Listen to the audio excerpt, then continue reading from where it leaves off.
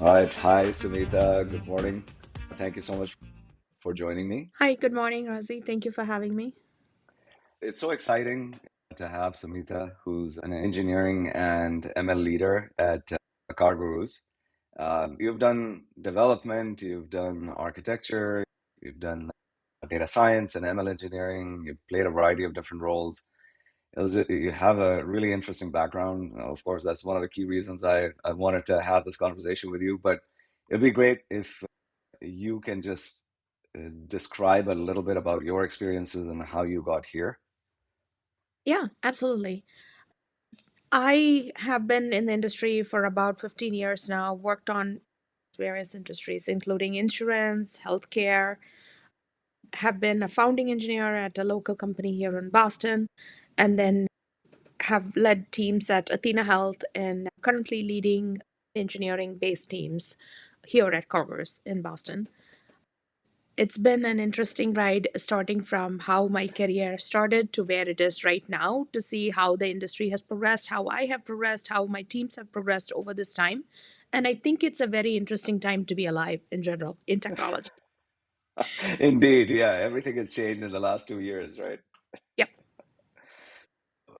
Tell me a little bit about going from development into ML engineering and AI, because not just leaders, but also practitioners are looking for doing that switch over time, right? Everything is moving towards AI. Every application is going to be an AI application. How do what kind of advice would you give practitioners, and what was your experience like? I think starting with the basics of linear algebra and math basics is very important because I think a lot of us forgot all of that after high school. So it's important to go back to it and revisit the math basics and the foundations of what is a set, how do you define a matrix, how do you multiply a matrix. All those things become important when you go into machine learning and try to read any of those books. All those things are referenced. So in order to have a quick refresher on that is always useful. So start with that. And there's always new things that are coming about these days. And make sure that the foundations are straight first and then go after the new thing. But there are some key differences in how data scientists approach their work versus an engineer, whether it's a data engineer or a software engineer, right? Absolutely. How, what have you seen? Uh, what are the key differences in your opinion that sort of keep surfacing up? Yes, I think software engineers, we are more used to working in like classes and structured data. And generative AI specifically is very fuzzy. So there is that obvious difference of how do you translate one to the other. So there are libraries that help you do that. And that's usually the bridge that helps between the predictive AI and the generative AI and even software engineering teams. How do you transfer data between the teams? So making sure you're able to have that common language or the common class model data structure agreement that works between all those teams is essential, and being able to translate the fuzzy data to unstructured data to structured data and structured data to unstructured data is the intersection that needs to be figured out between all these teams. Yeah, makes sense. So easier said than done, always, right? Yeah. It's always a challenge. We're almost at the end of 2024. It's been a really interesting and exciting year, I'm pretty sure for you guys as well.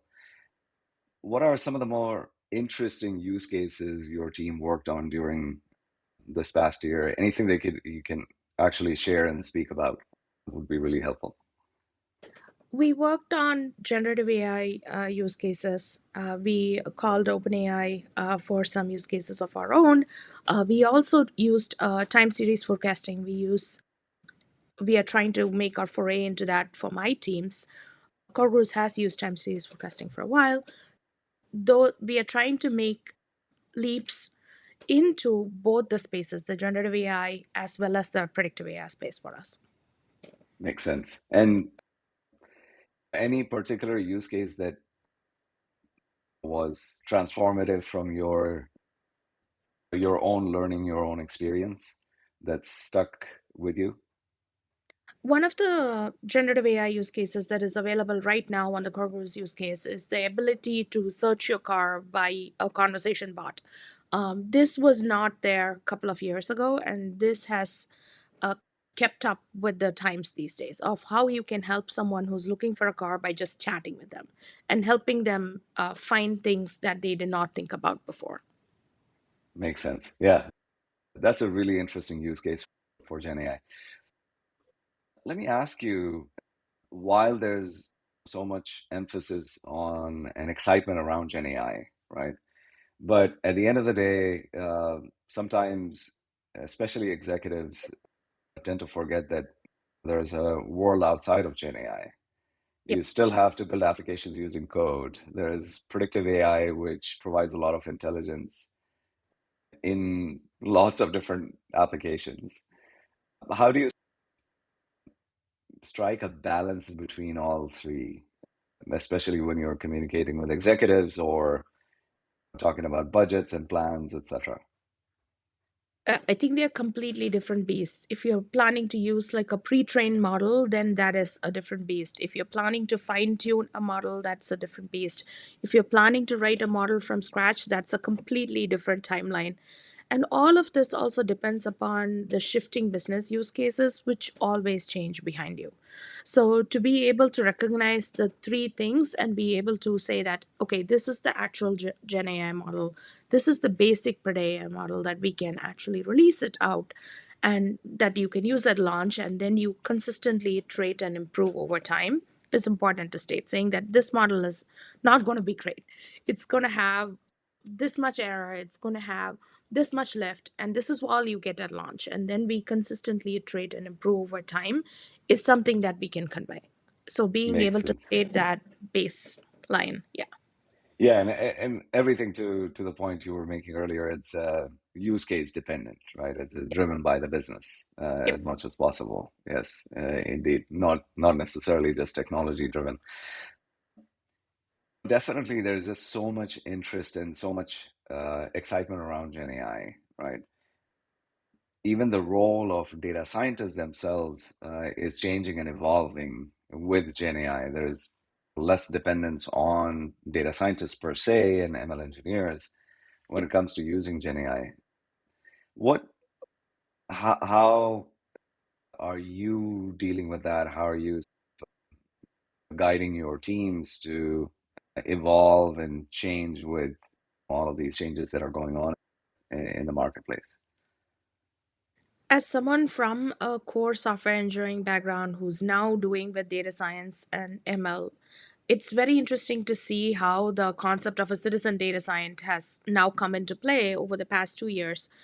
Mainly because the focus on data scientists used to be like Python, R, and TensorFlow and Scikit-learn, and now it's more towards like, oh, how do you use Hugging Face? How do you use the OpenAI APIs? Right? Like things have changed, and that actually has created a playground for people with more formal software engineering backgrounds to be able to play in the same sandbox as data scientists.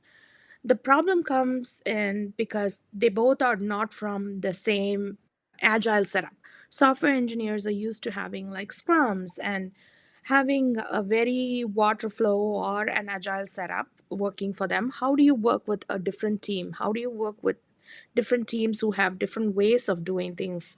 And how do, if a production system is dependent on all three pieces, ensuring generative AI teams and predictive AI teams, how do you make a production incident work?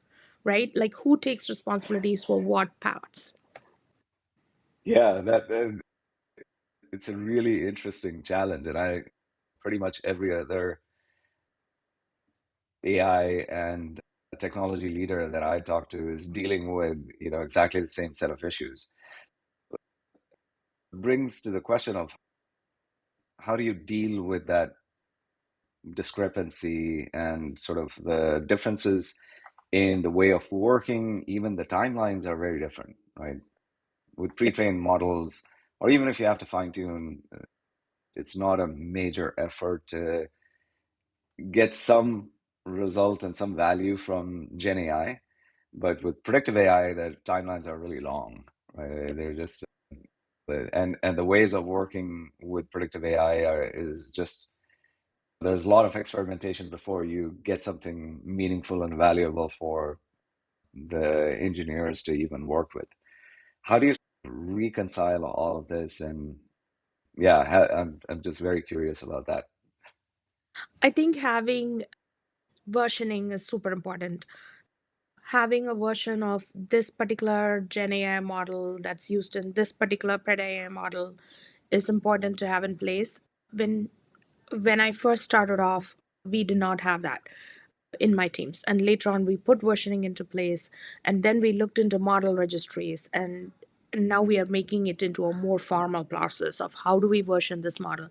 How do we track experimentation so that anyone can go back and see, like, what did we do? So, establishing a book of best practices that is shared between all the teams, and everyone can coordinate and contribute to that best practices book, but having one is super important so that we all read from the same songbook. Yeah, that's a really good input.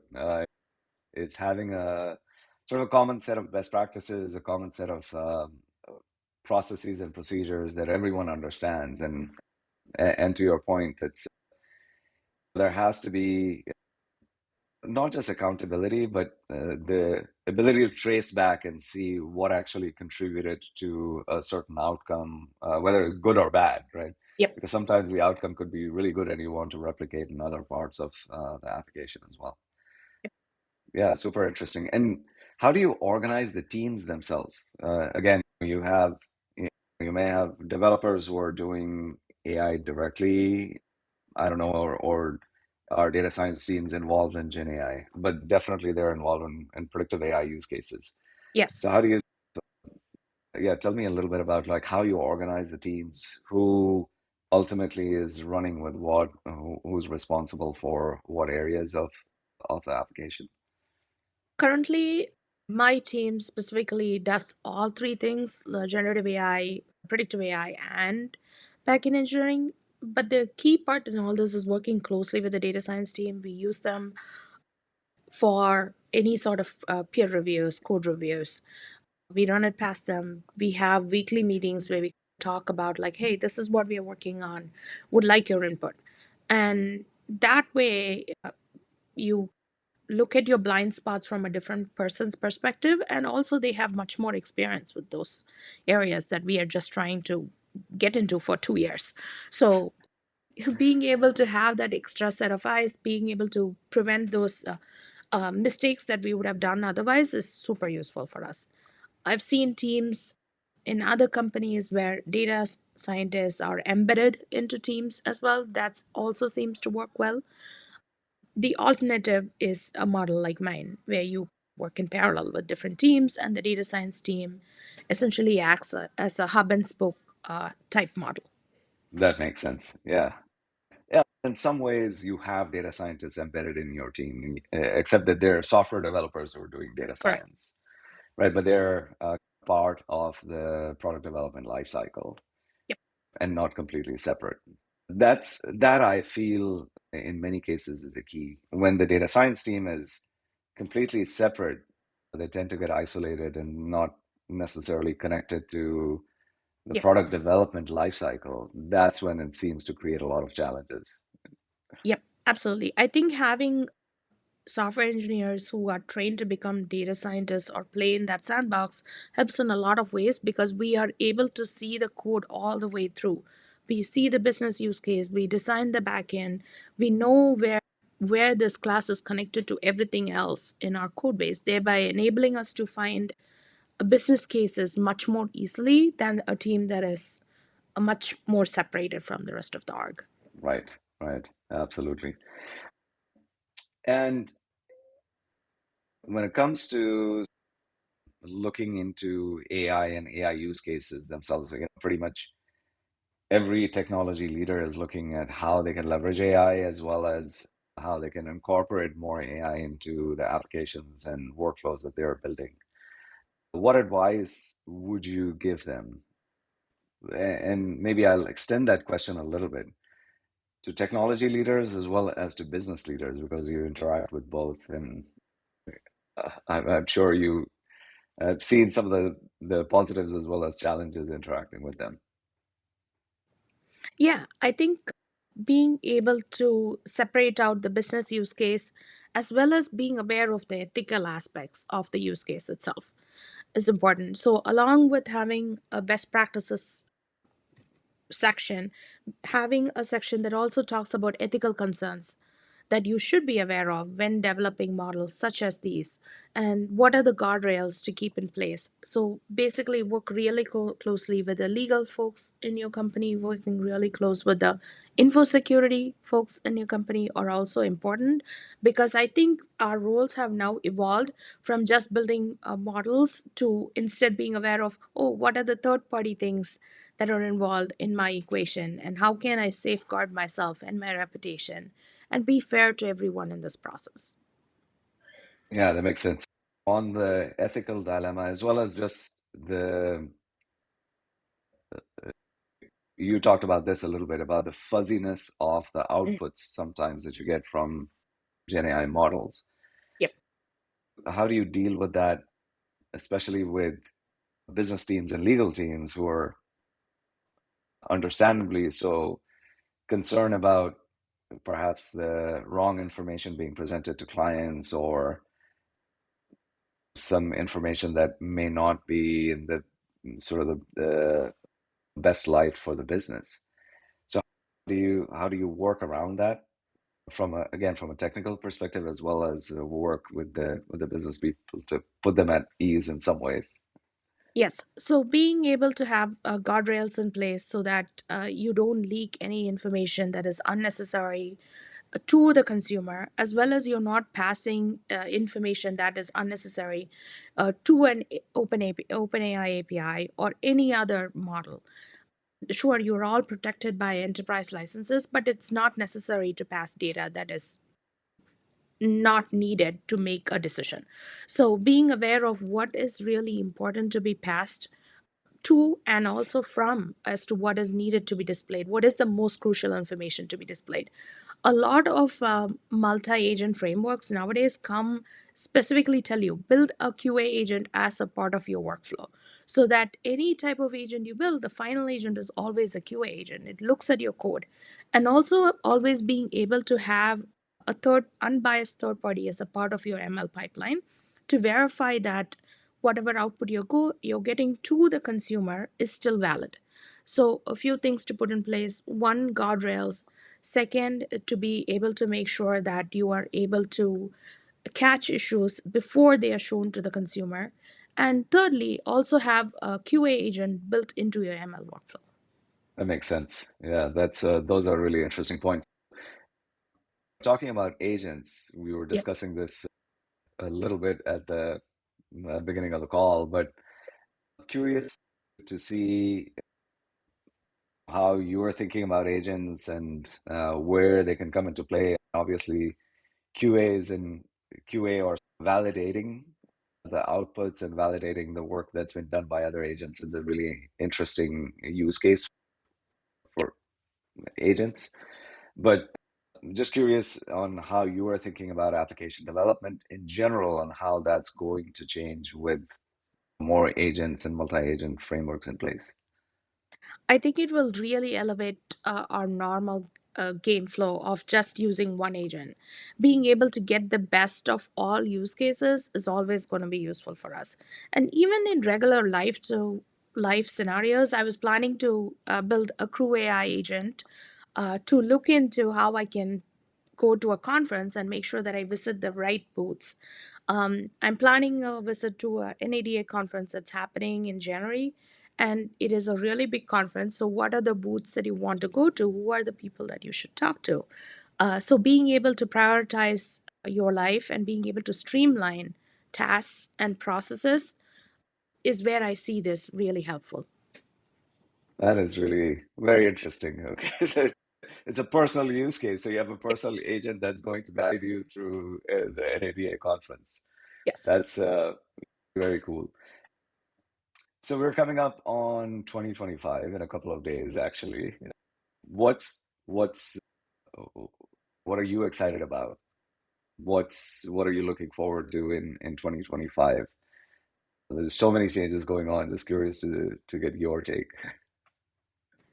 I think I'm most excited about the various use cases that AI will continue to solve, the various medical situations that it'll help with, the various areas in life that we haven't discovered before, that it will help us enable efficient process for the customer success team, for our sales teams, for our daily usage of data.